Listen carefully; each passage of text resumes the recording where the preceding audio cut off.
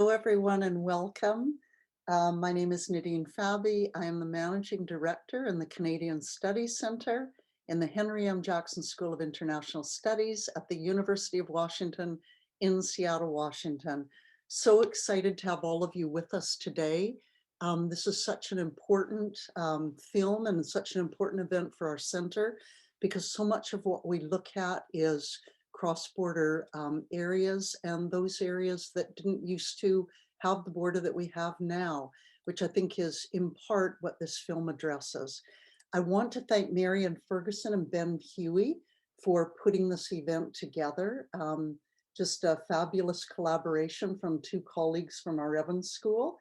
And Marian is also with us at the Canadian Studies Center, and want to very much thank Louise Brady for her work on this film and bringing these voices and this issue to all of us. So thank you so much. I just have to point out that I really like that Monty D has after his name Powell River. And I think this is a wonderful way we should all add after our names where we're from. I think this is wonderful. I want to turn over to Charlotte Cote, who is one of our affiliated faculty in Canadian Studies. She's also a professor of American Indian Studies at the University of Washington. And she is also with me, a fellow Canadian here in the US. So welcome, Charlotte, and please go ahead. Tlufatma Nas Kotkos. Good day, everyone. Uhlama Tlutis Mayok. Mama MT Charlotte Cote. Suma Tisha Aksuma. Nuchana North Atin. Histak Shitla Tsumaas. I am from the community of Tsishat. Tsishat is one of the groups of the larger Nuu-chah-nulth Nation on the west coast of Vancouver Island. And my community is called Tsisha, or connected to the river that runs through our community, which is Tsumaas, and which colonizers renamed Somas, or the Somas River. Atikshitla Misama Anis Hilsin Walthia Asuki Duwamish Suquamish Muckleshu Duish Tulelap Kuisimin Usapata. I want to acknowledge that where the university and the larger Seattle area and surrounding area, this area where I make my home, is the ancestral homelands, or the Hahuathi of the recognized tribes in this area. And more specifically, in looking at the University of Washington, there were village sites directly connected to the Duwamish. And then we have other nations that are recognized as Coast Salish, which I referenced. And I just want to say that I'm really excited about this event. It just really, and I'm looking forward to this film, Ya At Woone, Respect for All Things, and to hearing more about it from Louise and listening to your story. It's so important that we as Indigenous peoples reinforce our food sovereignty, that is connecting to our foods, not only eating these foods, but the harvesting of those foods, the sharing of those foods, because they connect us to our hahuathi. They connect us to our ancestral homelands, our territories, our waterways.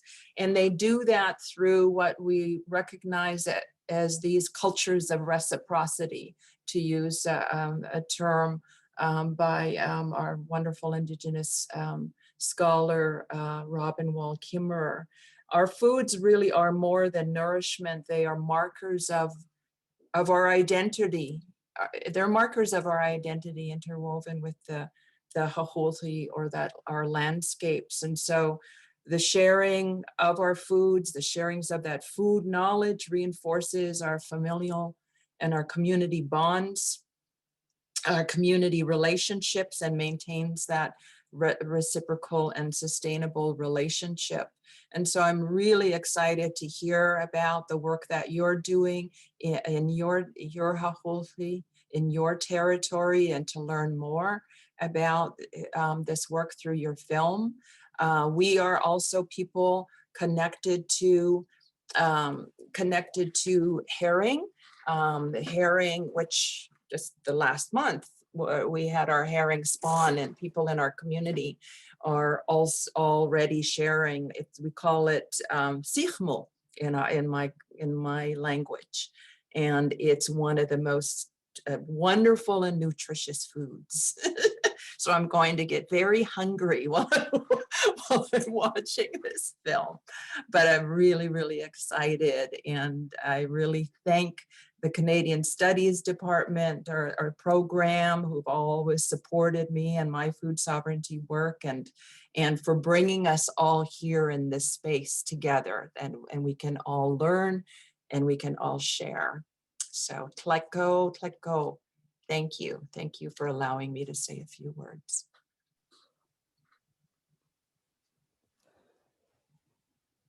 Hello, my name is Allison Cullen, and I'm delighted to be joining today. I'm representing the Evans School of Public Policy and Governance at University of Washington. And thank you, Charlotte, for that lovely introduction to the event. So as we get started today, I would just reflect that just as the ecosystem is a network of relationships, we're really grateful for this opportunity to co-sponsor events like this that allow us to come together and build and grow relationships with each other. So we're really grateful for our Evans alums, Ben Huey, born and raised in Sitka, who reached out about this event and connected us with Marion at Canadian Studies and introduced us to Louise. And also Yoshitaka Ota, another of our alums, is on here. So it's really lovely to see our alums with this connection and web of relationships and then coming back and connecting with us again. So we're here to listen and to learn from the Tlingit people who've lived in relationship with this ecosystem and the herring since time immemorial. As a policy school, we acknowledge past role of policy in harms, but also its promise for the future. And so we look forward to future opportunities to collaborate and to support learning and future contribution. Thanks so much for connecting with us and having us here with you.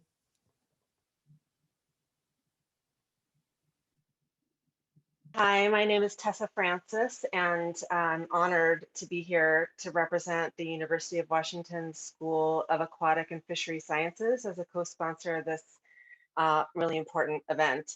The school is really pleased to be able to support this event and express our responsibility to Indigenous voices and knowledge, and to reiterate our commitment to inclusive research with those in the broader community, including Indigenous communities. And I'm particularly pleased about the opportunity to support this event because I have a special connection to the herring of Sitka Sound through our work at the Ocean Modeling Forum, a research project at the school.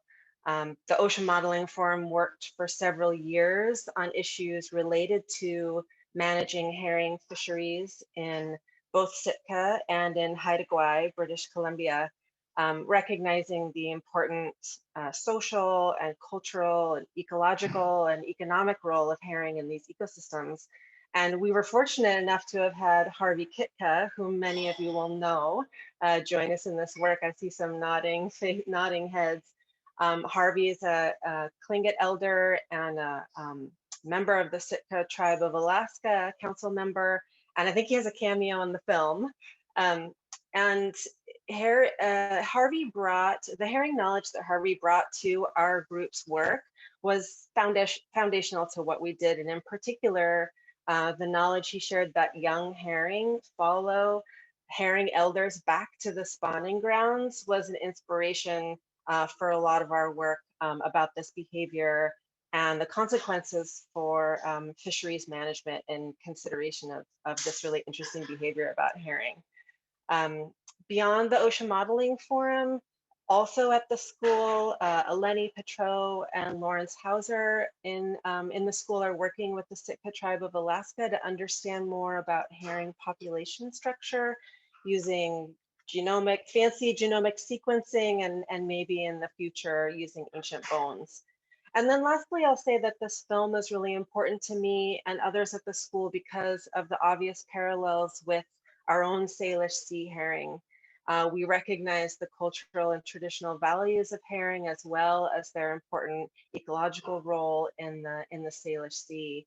And research that's being done at our school by Tim Essington and Lawrence Hauser and Eleni Petro and myself and others has focused on understanding more about the population structure of herring and strategies to recover herring in the Salish Sea. And that work is important and ongoing. And so just again, thank you so much for the opportunity to support this film and to recognize my favorite fish, the herring. Hi, my name is Yoshitaka Ota. I'm a research assistant professor at the School of Marine and Environmental Affairs, and I'm also the director of Nippon Foundation Ocean Nexus Center, sitting in Earth Lab. So I'm kind of like representing two institutes, big one and a small one. The small one is Nexus. School in Marine and Environmental Affairs really deal with ocean governance, environmental governance, and looking into the human dimension of both environment in ocean and land. And I have various colleagues, and one of my colleagues, Patrick Christie, is sitting in the audience. And also Ocean Nexus is a new research center that I'm leading. We're working towards trying to put sort of like equity as a center of ocean governance. So that's our aim. And we have 15 partners all over the world really trying to work on ocean justice. So I had a chance to speak to Louise before. And about this film because I just had this wonderful opportunity to it, and talking to her, what stays in my mind is really about the cultural importance of the herring for Sitka people, and what's most important for me is we tend to think this sort of like a herring is a very important fish ecologically and also culturally, but what does it really mean in the Sitka landscape? What does it really mean for the people? And somehow my interpretation was herring, for the people is really the spring, what brings spring, and what's needed for the spring. So, I feel very privileged to be a part of this event, which really actually teaches us our connection to the nature and the season, and then also the generations. It just happened to be today is Children's Day in Japanese culture. So I'm gonna cook some meal for my kids after this showing. And I think if I think about it, I don't have a source to just cook Japanese food for my kids. How can they feel about the future? How they can feel about this May? How they can feel about the spring?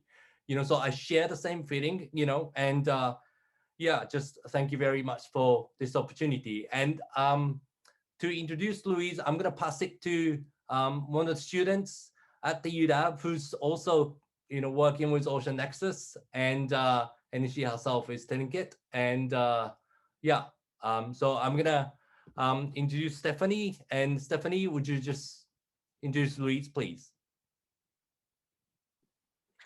Thank you, Yoshi, and Ganesh Chish. Thank you, everybody, for taking the time to attend this wonderful event today. Schachen Yuchat Duasak, Stephanie Masterman Yuchat Duasak, Pleika Chenach, Chak Nachat Zati, Wushkitan Ayachat, Hunakawu Dusati, Duamish Anich, Kuchtiti, Cha Yesu Yechat Yati. My name is Schachen. My English name is Stephanie Masterman. I am Tlingit. I'm from the Wushkitan clan, or Eagle Shark clan from Hoona, Alaska. I was born here in Duwamish lands where I still live. And of course, I'm studying here at the University of Washington. As an American Indian Studies major and an Arctic Studies minor, as well as a fellow in the Ocean Nexus Indigenous Ocean Ecologies Fellowship, and especially as a Tlingit Shah in this institution, I am very, very, very proud to have the privilege to introduce Kashich-tla Gunashtish to Yoshi and the Ocean Nexus Center for seeing the alignment there and thinking of me for this opportunity. It means a lot. Kashich-tla Louise Brady is a woman of the Tlingit Nation of Sitka Sound, and that's an island off the coast of Southeast Alaska. She is Kiks.ádi, or the Raven Frog clan. The Kiks.ádi women, also known as Kahat-jasha, or the Herring Ladies, have a story of original instruction that connects them spiritually, culturally, and historically to the herring. Kashich-tla is the founder of Herring Protectors, a grassroots movement of people that share the concerns that the herring population in Sitka Sound and the culture tied to it are under threat. And this goes a long, long way. It reaches all the way down here into Seattle, not just because, the herring are present up and down the coast, but because of somebody like myself, who my homelands are there in Southeast Alaska.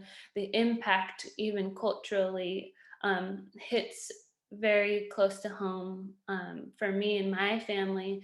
And just the thought that I myself may not have that opportunity to share the herring with my children and grandchildren is something that's very difficult to resonate with. And so I'm so proud to see that the Kiks.ádi women are leading this effort in raising awareness for the herring and the community efforts to make the changes that are necessary. And I think it's really important for the University of Washington to allow us to hold this space because Indigenous ecologies and Indigenous science is science. And so I just thank you all for respecting the words that we have to share with you and our stories. And, with that, thank you, Gunashtish. Please join us in welcoming Kashich-tla Louise Brady.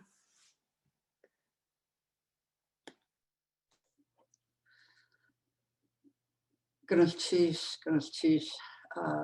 Stephanie, it's so good to see you again. And I think I first saw Stephanie at, I was on the Tlingit and Haida Central Council. I was a representative from Sitka, or from Sitka. And I gosh, maybe 3 or 4 years ago, when she was the youth representative. And then again, during a visit to Sitka for a government-to-government meeting about the herring. And it really means a lot to have Stephanie do the introduction.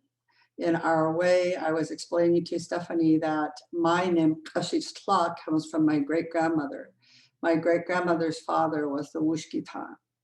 So the same clan as Stephanie, the shark. And for us in our culture, our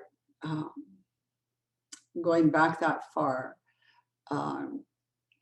is considered our ancestors, and our ancestors are considered the outer shell that protects us. So it's so very appropriate to have Stephanie introduce me. So Gunashtish for that.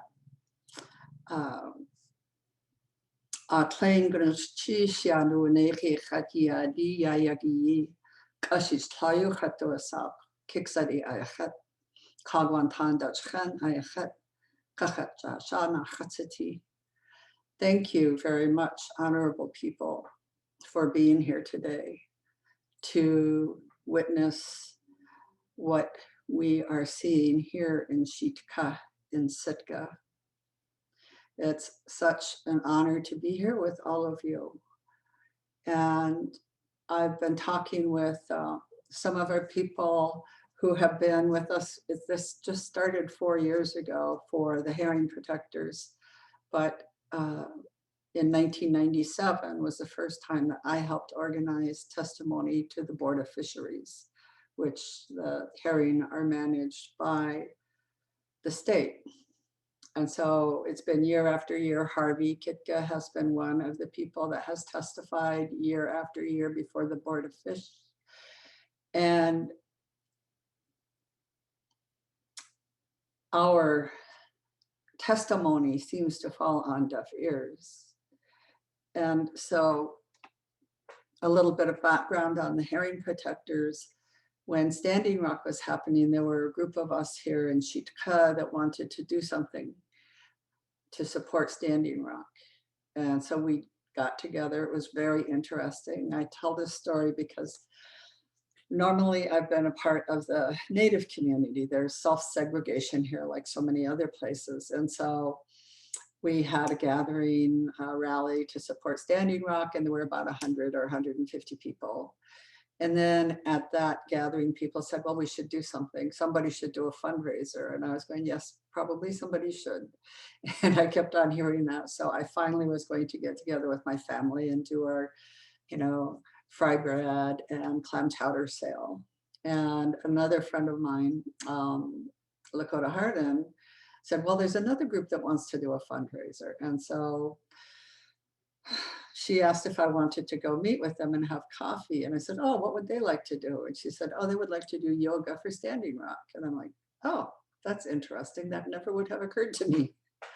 And, I could have said, well, I'll go ahead and stay in my own lane and do what I know. But we met and managed to raise about $9,000 for Standing Rock. And there was a group of probably 6, maybe 8 of us that decided we really wanted to do something locally. And so when we met, I said, well, what should we do here? And I said, the Sitka tribe of Alaska and we Tlingit people have been struggling with this herring issue for many years. And I think that would be really good to do. And so everybody there said, yes, absolutely. Let's work on the herring. And then we said, so what can we do? I said, well, we can do a ku'ik.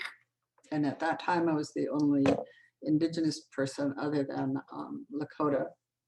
And I said, it's a ceremony. And I said, other than that, I really can't explain a lot. Let's start getting together and start making gifts and start planning because, it will be a really big thing. And I think if it wasn't for that initial,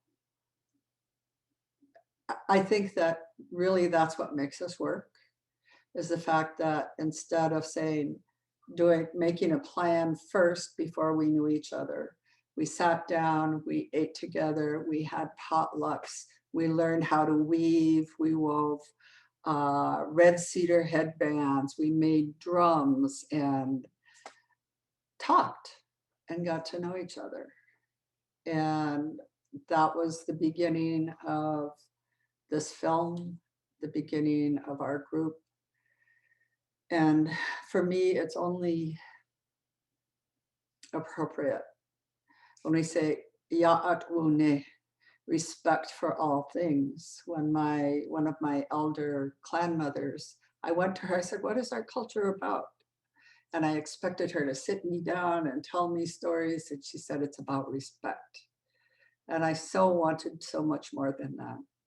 But today I'm really, really grateful that that's what she said, because in order for me to have respect, whether it's for all of you, whether it's for people who are joining us on Zoom, which is still I'm getting used to, I think in order for me to effectively work with anyone or work on anything, I need to learn what respect is. And so I need to know who you are. And I believe that's what, I hope that's what our group is, the herring protectors, and what Ya'at Woone is.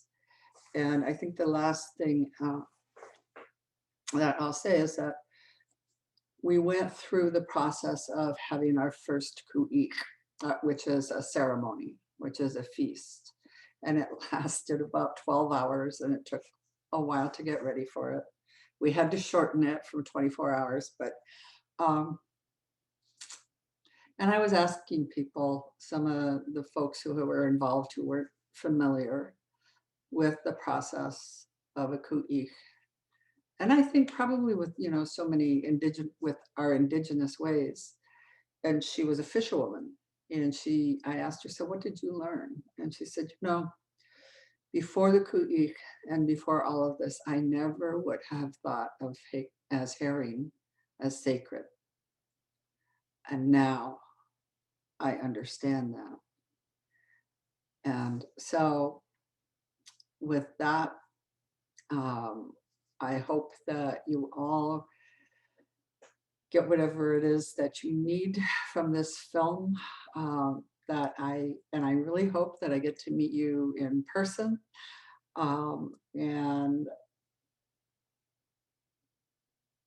I have felt from the beginning so blessed with all of the friendships and the allyships that have come out of this. It's been such an amazing process. And if you can at all come next spring, there is nothing that I have ever seen like herring season. This was this year, like 3 weeks ago, was the most herring I've seen in Sitka in probably a couple of decades. They were everywhere on the beach, on the, there's Totem Park. I went out there, Peter Bradley is here, and we went out to Totem Park, and the tide flats go out for probably 100 yards, a long ways. And it was filled with seagulls that were just so happy, and there were herring eggs all over the place, and there were seagulls and eagles and ducks, mallards, all kinds of ducks and great blue herons and whales just right in town, and sea lions. It's like, I called it a cacophony of joy. And then a few days later, we had our herring gathering, and that was the human equivalent of that cacophony of joy and how we feel. That's how herring eggs make us feel. So I really do hope you all get the chance to witness it someday, because it is certainly, it's not even a sight. It's just like a completely, for me, a completely different, and the best way to be in Sitka is during herring season. Gonna cheese.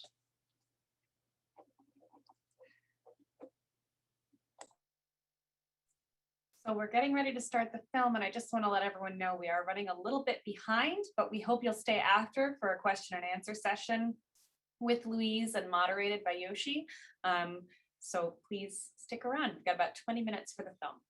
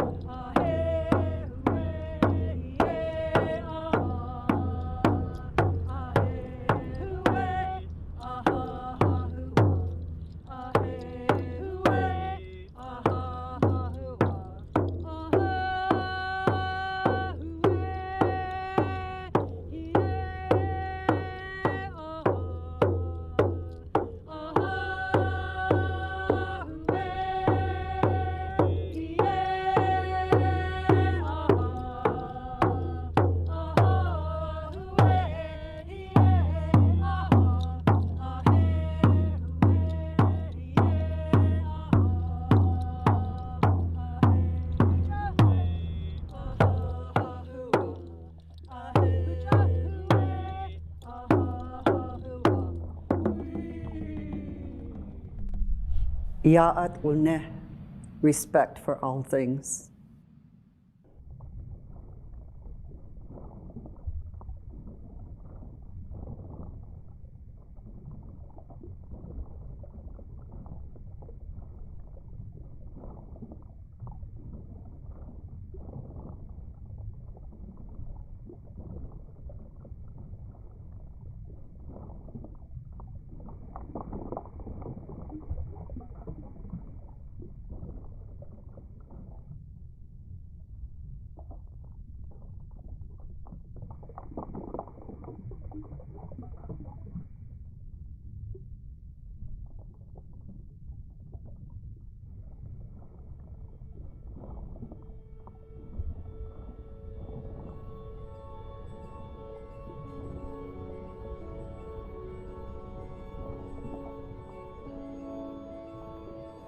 Herring feed everything, not only the people, but they feed just about all the fish, the whales, the seals, the birds. And what the birds drop, they feed the forests.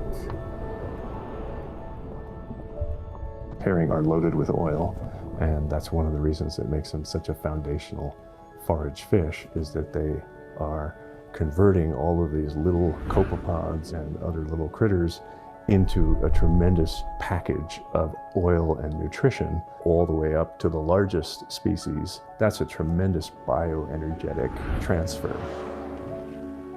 Almost everything that we have in Southeast Alaska that we enjoy depends on the herring.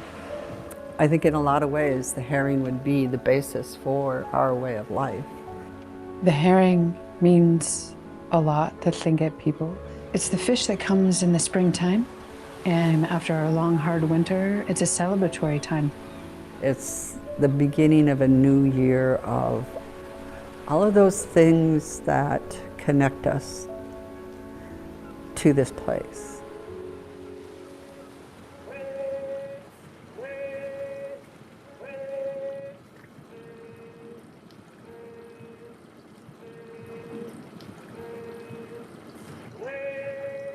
There's stories of when Sitka was the hub and the villages would come and gather by the thousands. People would come by the thousands to gather herring and herring eggs in the springtime.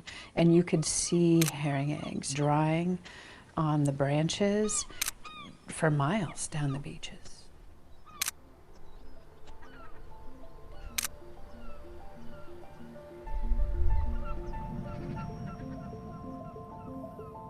All of the people in the village would start coming out and start preparing. There was one young lady who wouldn't be working, and she instead would go down to the beach and she would sit on this rock. It turned out that she was going down to that rock and she was singing to the herring. She was inviting the herring to come to her, and they came to her because of her respect for them. She fell asleep one day on that rock, and when the tide came in, her hair was floating in the water, and the herring came and laid herring eggs in her hair. That's why today, Kiks.ádi women are known as Kiks.ádi, the flipping ladies or the herring ladies. For thousands of years, we were able to feed thousands upon thousands of Tlingit people every single spring. Everything's connected, and we respect the things we eat.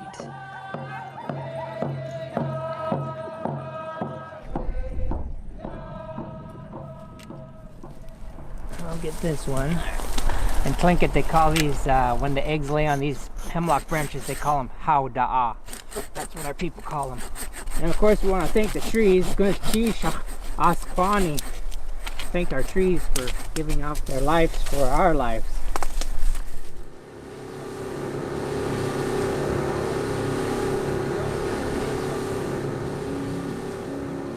I've been fishing for herring eggs since 1952, which would put it about 68 years or thereabouts. I had learned from my dad about how he tied the trees and how you have to know the area. You have to know where there's sand, you got to know where there's rocks, you got to know the type of bottom you want it to sit in. You also got to watch and see when the herring settle down and stay in one spot.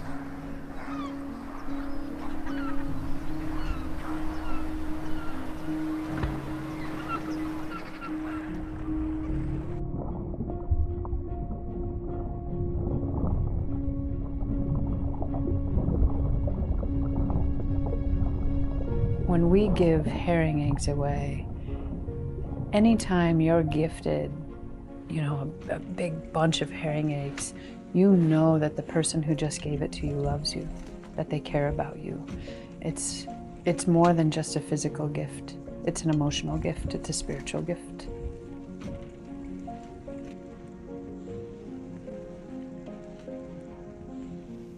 One of my most favorite memories is sitting around the table at my mother's. My brother and my nephew would be harvesting herring eggs, and he'd come in, and we would just sit there and we would eat fresh herring eggs just right off the branches, and sit there and cut branches and bag them and talk about who we were going to send them to, and people would start coming in, and it's, to me, a really special, magical, spiritual time because, you know, we all come to the table and we all share with each other.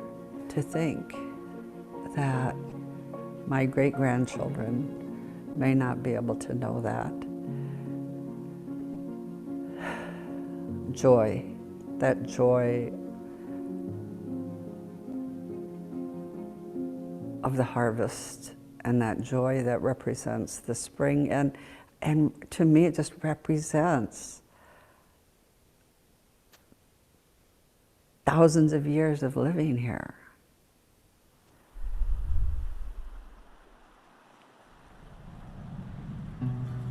The herring are disappearing from Sitka, from Sitka Sound. And herring have been here for thousands of years.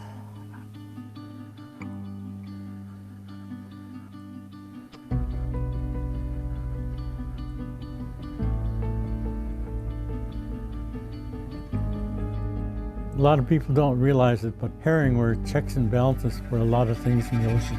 Right now, the commercial industry is upsetting that balance.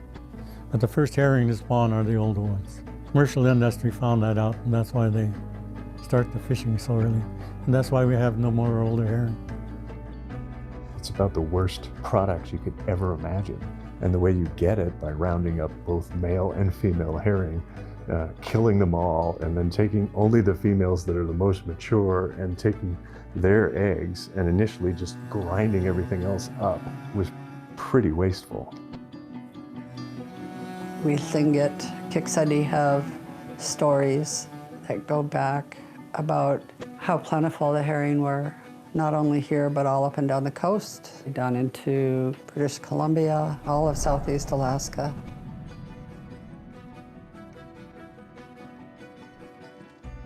Everywhere had herring, and the Alaska State Fish and Game came in and created herring industries, which were wiped out to near extinction in 11 other locations and are now mismanaging this one. I would hate to have this place fished out as well. Nobody has any place else to go to get eggs. This is it. The Sitka tribe, our elders and our culture bearers and our harvesters have been talking about this for decades, what has been going on. They've seen it and convey that year after year after year to a system that doesn't listen. Even last year when they didn't fish because the processors said they weren't going to buy them. You know, they never asked us. We've been telling them to stop and slow down for a long time, but they never listened to us. The management picture is really something to question because we don't really have a sustainability proposition. We don't even have a price proposition. It's only maximum sustained yield. We'll take whatever biomass is there and we'll figure out what the maximum we can take and we'll do it, regardless of price. So it's not even really an economic model that we're following. It's just a production model. The Sacro herring fishery, as it currently exists, is really out of balance when we talk about the health of our ecosystem, the health of all of our fisheries, the health of subsistence, the health of our local cultures. And I think extractive industries like this that don't respond to community priorities and the voice of the people, they're an example of colonization. And it goes back to racism and whose voices are heard at the table when we decide how we take care of the world around us. Not only do they have historical precedents of mismanagement, they also have a historical precedent of not listening to the people who managed the fisheries correctly for thousands of years. And it is time for the state of Alaska's Fish and Game to listen to the people who know the herring the best.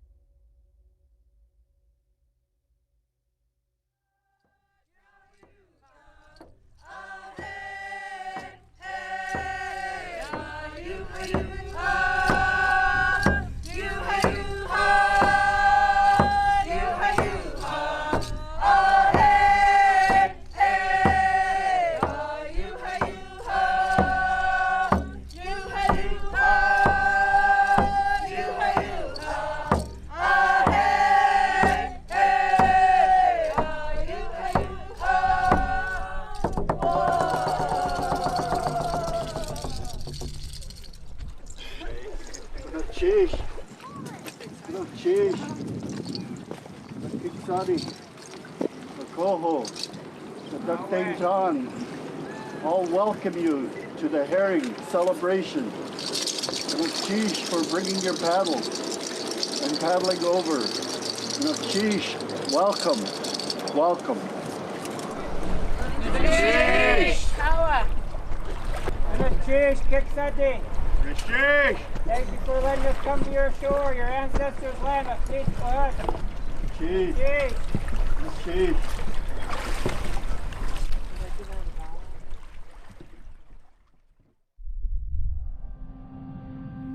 Ceremony as sovereignty. The concept, I think, is really different from the Western culture. We don't have title to the land. We have stories related to Yoshitaka as Kiks.ádi.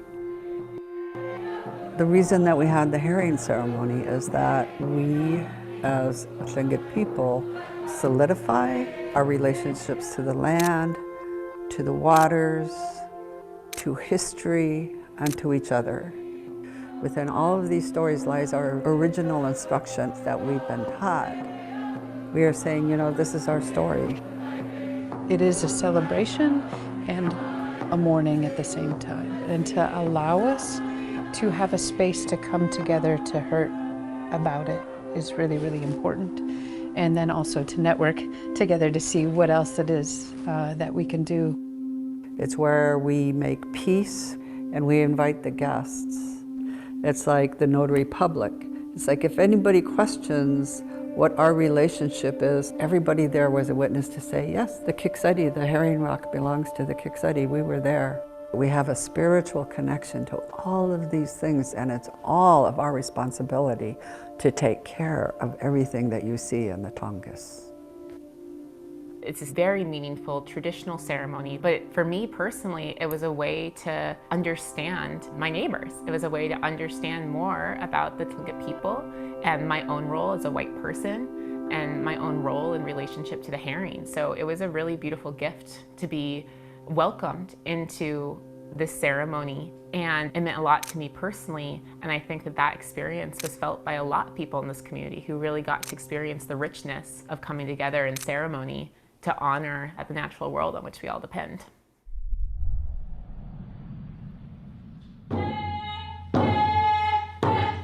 Our culture is older than the Roman Empire. We're older than pyramids by thousands of years. It's not just a saying that we are stewards of this land. It's real. It's what we've been doing.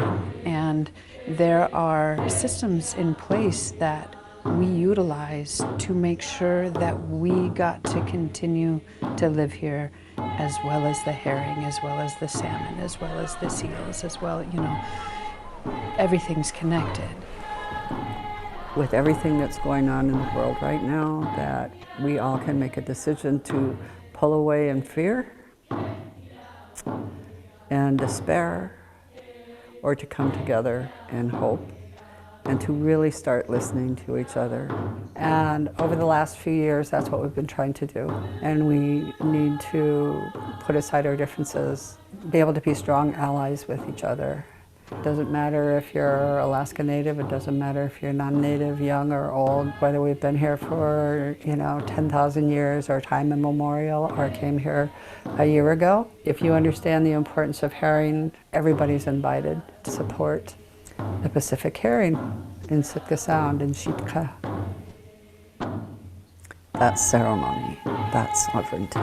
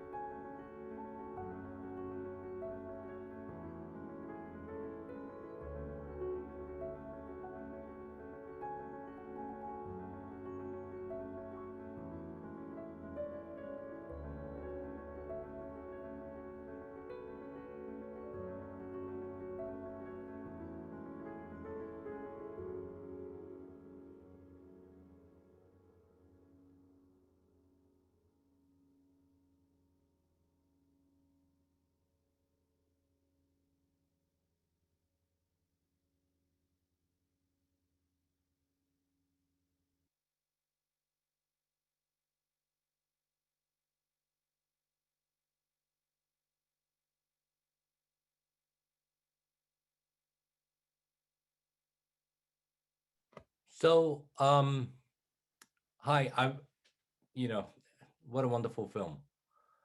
So I'm gonna start Q&A. So those who have questions, if you have a questions, can you just put on the chat? And my dear colleague and Ben would actually pick up some of the questions and then pass it to me, so I can read it, and then I'll ask Louise to answer it. Louise, are you okay with that? Thank you. It's not really about me, but can I just start the first question, Louise? It's a little bit about my personality too. I'm Japanese. So those herring roe, which were caught over there, are actually exported to Japan. And then we eat it in New Year's Day. And so I'm sort of complicit for this things and unbalanced distribution and the So, my question to you, what would you like to say to those consumers in Japan about this? Is there anything, having with my intention we're hoping to have a continuous conversation, we can do something about this. Yes. And, if there's anything that just to start the conversation, you would like to say something about it, maybe to me, what would that be? Maybe perhaps this is more of the private things, but I'm just wanting to ask you, No, Ganesh, I really appreciate that. I think that's, so one of the things I don't know that we consciously decided was that we don't want to fight, we want to protect the herring. And I think, if anything, one of the things that really, really sticks with me this year is you talk about generations. And when we had the first fresh herring eggs, I was over at a friend's house because people are getting vaccinated here. And so we're starting to gather. And there were 2 elders there. And it was just amazing because it is that spring. It is that it's been a long year. It was a long fall and winter time. And the one elder was so excited. And she's actually from, I think from Western Alaska, which is Yupik. And she was so excited. She got on her cell phone and she was like, I want to call my friend if she can see if she can figure out what it is I'm eating. And so she called her friend and she took puts a mouthful of herring eggs and she starts chewing and she starts speaking in Yupik. And I would think she was saying, do you know what I'm eating? And then another friend of mine sent me a video of her child for the very first time trying herring eggs. And it's every child that I've ever seen that has tried herring eggs for the first time. They just take a little bit, they go like this. And then their eyes kind of widen. And then they smile. And then a whole big mouthful. And I think what's difficult to portray, and I think that's, again, one of the reasons for this film, is that herring, we do have that cultural and that spiritual tie to the herring. And I would love to get together, because it's a tradition in Japan as well, to be able to talk with each other and say, it is really, really important to us. And for 7 out of the last 10 years, it's been so hard for us to get the herring eggs. And I think that this year was such a blessing to be able to talk with each other and say, we don't want you to not have your delicacy, but we would also love to have our celebration as well. And how can we do this? Louise, thank you very much. Let's continue the conversation. Perhaps you can help me to remind Japanese people cultural food is not for the consumption. Yes. Stephanie, you're part of this, if you don't mind. Okay, so I'm gonna thank you, Louise. Thank you so much. So I'm gonna pass coming back to the questions. First question is, what can I, not an Alaskan native, do to help with this dilemma? And sorry about my pronunciation. So, somebody who's not Alaskan native, what can they do to help to solve or do something about this dilemma? This is the question. Mm-hmm. Well, that's a great question, and we get that a lot. And I think one of the things is that if Peter is here, as well as I know Ben is here, let's talk. Maybe they can talk about it, because we have been applying for funding, and somebody, when we applied for one grant, I got an email back saying, are you the executive director? And I said, there's no staff. And so it's been pretty much volunteer. And so things like Peter Bradley, who's here, has done research. He's been traveling all over on his own, and has collected probably, Peter, I don't know if he can answer, hundreds and hundreds of articles from research at the public library in in the Bay Area, in Seattle, in Juneau, in Anchorage, in Washington, D.C., about the history of the fisheries. We also have, okay, Ben, I don't know if he can speak, but, and I think, what people are moving towards as far as land acknowledgements is taking a look at how sovereignty works, understand what sovereignty is, and understand how it is tied to the land and the waters. And I especially feel so grateful to be able to live in this place where my family has been. Some people say 10,000 years, some people say 15,000, our elders say time immemorial. And what that means to have that tie and to support, whatever tribes, whatever tribal organization, whatever Indigenous people are doing in your area. Because I think that's one of the things that I've seen through this, is that I really felt like nobody was hearing us. No one was hearing us for at least a couple of decades. And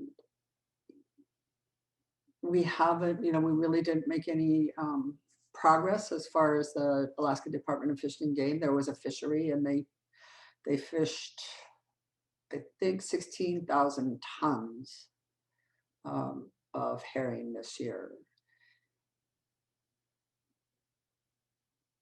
But what feels good is like this, to have people being interested and us feeling like, we do have allies. There's also been posted, we have a fiscal sponsor through the Sitka Conservation Society, and we've been working really closely with them. And I think the other thing too is, I told you I haven't really gone outside of the Native community before, and I really have seen a difference in the way our elders are stepping up and feeling like they're heard, and everybody in our community, our harvesters that, go out. It's really hard work. I'm going to be 65 next month, and I went out and pulled hemlock trees out of the forest and dragged them down to the beach. And I also think that, one of our harvesters opened up his boat, and we had people come out for the very first time, probably for many of them in their lives, to harvest their own food. And what does that mean to have that connection? If you haven't done that, just go out and see what it feels like. And I think you'll get a little bit of an understanding of how that's so missing in our lives. Because I went out, and it's so beautiful. And you can come to Sitka next spring. You can come to Sitka next spring and join us. And we've had some articles. We have a Facebook page. We have an Instagram page account. If you would like to volunteer for social media for us, that would be great. Apparently Facebook is for old people, and that's what I do. But please reach out. We're good, I think, pretty good at responding. And I just do feel like we've made so much progress here in Sitka, because I think 10 years ago, most people, especially outside the Native community, didn't even know that we had ceremonies. And so we are making progress. Thank you, Louise. I see Peter and I see Ben over there. Hi, yeah. Yeah, do you want to say a few things, you know, if you like? Thank you for that. I think as Louise pointed out, our group came together around Standing Rock before we came together around the herring, and wherever you're taking in this Zoom event from, there are Indigenous people to that land whose ways of knowing are overpowered chronically, and who lack allies. And that's something that I saw in this issue, and I saw it more and more the more I came to understand it. I came to see that Sitka Tribe of Alaska had been fighting this alone for over 20 years, without support from entities that ought to have been better allies, and with a lot of skepticism from a lot of individuals. And so I think one way to sort of support the herring protectors by being attentive to the herring issue specifically, but another way is to be the best ally you can be in your own community. All right. Yeah, thank you so much, Peter. So turning to we start having a lot of questions. One is, so this is quite interesting. Louise, someone is asking, do the Tlingit recognize the herring as returning to the same place to spawn, which is harder to do as the older ones are harvested? Huh? Okay, Ben, you typing. So I think the question is, are they returning into the same place, or is there any sort of like a change in the place where herring is coming to? So I think part of the difficulty is that we just have the Alaska Department of Fish and Game to rely on as far as this fishery goes. And so anything that the elders have said, which has been within the context of the Board of Fisheries, we hear, all you have is stories, you know, show us some science. And so even when the elders do talk about how, you know, like in the map in the film, right? So there were herring everywhere. But what the Department of Fish and Game is interested only in is if there's enough herring for them to be able to fish. And so it feels to be a very narrow focus. And I would, you know, definitely invite Peter or Ben or anyone else to have, I know Peter has done a lot of research around fish and game and what they say and don't say. Ben, Peter, thank you, Louise. Ben, Peter, there's following up questions, and then people are asking, is there any legal mechanism? Is it sort of like anything the Alaska Department of Fish and Game can actually do something to change their own behavior? Is there anything that you actually think distinctly potentially impactful to change or to solve this, that, you know, it really is a horrible situation, but, you know, this just really narrow view. Do you have any idea about it, you know, that you can share kind of like a very briefly? I know we can do a lot of things. Yeah. The Sitka Tribe of Alaska actually just completed a, was it 2 years, I think, in court with the state of Alaska. There were 2 rulings that came out in favor of the Sitka Tribe, and the latest one, which did not, which would have found that there was a constitutional mandate for the state of Alaska to protect the our rights with the herring. And I saw Peter was going to say something. So, I mean, it's something, and it's not the end. We lost the last one, which would have been a big thing.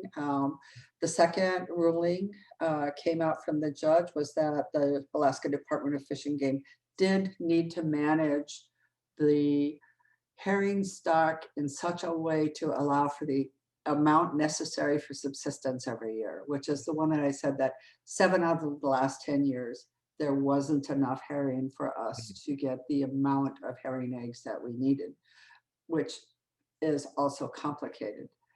But, you know, there's only so much that they can do, that the Alaska Department of Fish and Game can do. And my guess is that probably in the next few months or in the next year, we will hear from them that they did everything they could to assure that we were able to get herring eggs this year. Okay, thank you so much. Peter, Ben, do you want to say something, or if you're okay, we just pass it to the next question? Ben?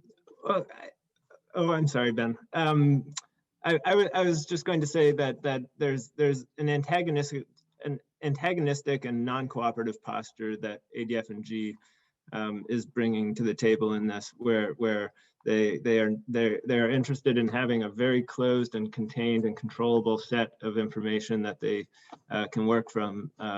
But we're talking about wild systems in an immense amount of complexity, and ADF&G needs to surrender that controlling mindset and embrace ways of knowing that they have just not been prepared to make room for. They severed, Alaska Department of Fish and Game unilaterally severed a co-management approach back in 2007, and when the court ruled in their favor last week, the court determined that ADF&G, that there's not a constitutional precedent for ADF&G to have to use the best available information. They don't have to use the best available science, but they should sure want to, and that has to be a starting point. Thank you, Ben. I was just going to add on. A lot of people have been asking about the different. Ben, can you speak up a little bit? You quite. So maybe my microphone isn't picking up super well right now. Is it coming through any better? It's okay. Yeah, if you can speak up, getting closer. Legal mechanisms. The Sitka Tribe of Alaska has been attempting a lot of different approaches over the years, primarily with the state executive branch, that is with the agency itself. We have also been looking into federal approaches to management changes, but it's a state-managed fishery, and so it's really difficult for the federal government to intervene. And so we'll likely need a state input and change to the policy. Yes, and I think one other thing is I believe there was a bill that's about to be introduced or was just introduced to declare that, you know, to declare herring as a forage fish, which it's not a forage fish. I mean, they said it's not, they won't declare that it is. So hopefully that would help a lot, we hope. Thank you. Louise, there's a one question which is quite ecological. You know, there's somebody is asking, you know, do you actually see some change in so like herrings returning or pattern of their behavior and potentially due to climate change? This is just a large question, but you know, if you have anything that you might like to comment on this, Louise? Again, that's a really good question. We get that quite a bit. And I would say that we haven't, but there has certainly been a lot of other changes with salmon and with other species which rely on herring. And the current, I think, as they said in the film, the current management is one of the only ways that we have control over protecting, one of the only ways that we can protect the herring, in addition to the climate change. Excuse me. Thank you. there are quite few other questions, but most of them quite addressed. There's one question about the land acknowledgement, and thank you very much for somebody who actually put this one. It's quite long, so I'm just going to summarize it. So they're basically asking, there's many land acknowledgements, a lot of institutes start doing this, but it's the perspective including animals and non-human things in the land acknowledgement is not still reflecting well enough. So do you have any comments on that, Louise? It's a long and quite depth conversation that we probably need it, but if you have any brief comment on that, that'd be great. I would just say that's a great topic to bring up, and which is why I love the way that we're talking about these things, because I think that some people expect that there's going to be one answer. But I think the way that we come up with the answers is we raise the questions and then are able to talk about it. Because yes, we consider, these are all our relatives, and these are like with, I don't know if you can see it, this is the herring lady robe. And these are things that we need to talk about. What is not my privilege of being here, but my responsibility of being here. And I think until we really start thinking in these ways and talking in these ways of how do we acknowledge our responsibility, the place that we live, and everything, all of our relatives that are in the ocean and that are on the land and that are in the air, what is our relationship and then our responsibility to them. So I think that would be a really good topic to bring up and to really explore how we do that. Because I think that's how things get exploited, is when we don't talk about our relationships. Thank you so much, Louise. One last question. It's a bit, So question is, can you start a petition for people to sign to show ADFG, Alaskan Department Fish and Game, that people are concerned and need to be heard? So somebody was asking, can you start a petition? Well, I think we can. And, ADF&G may or may not listen. And I think that's a good way to raise awareness, along with the films. And I think one of the things is that, we are all pretty much right now volunteers. And, we can dub each other, like Peter's the director of research and Ben's the director of policy. And I don't know what I'm the director of, but, absolutely. And I see that they've done that in Canada, which I think is the other thing that we're looking at exploring, is possibly bringing some of the traditional leaders over from British Columbia for our ceremony next year. So these are all great questions and great potential, have great potential for further exploration. Louise, thank you very much. A lot of questions, and there's still a few questions left, but I'm going to communicate you directly, and pass Ben, you can pick it up a few later on. So shall I just pass it back to you, Marianne? And Louise, thank you so much. It's just so nice to be here. And then, I really like to continue the conversation. And thank you for everyone to let me moderate this wonderful session. Back to you, Marianne. Thank you so much, Yoshi. Wonderful questions, everyone. And obviously there are a lot more to ask, but we are running quite late, so we're going to end it here. If you do have additional questions that you want to just drop in the chat on your way out, or you can email them to us at canada@uw.edu, and we will compile them for Louise, Ben, and folks to answer offline, and we'll share those out with the recording of this event afterwards. And we do hope to be arranging a follow-up discussion in the fall. So we will be contacting you guys about that, everyone who joined today, and hopefully you'll join us for that as well. So thank you so much for joining, and thank you, Louise, and to all of our co-sponsors as well. Thank you so much. See you soon.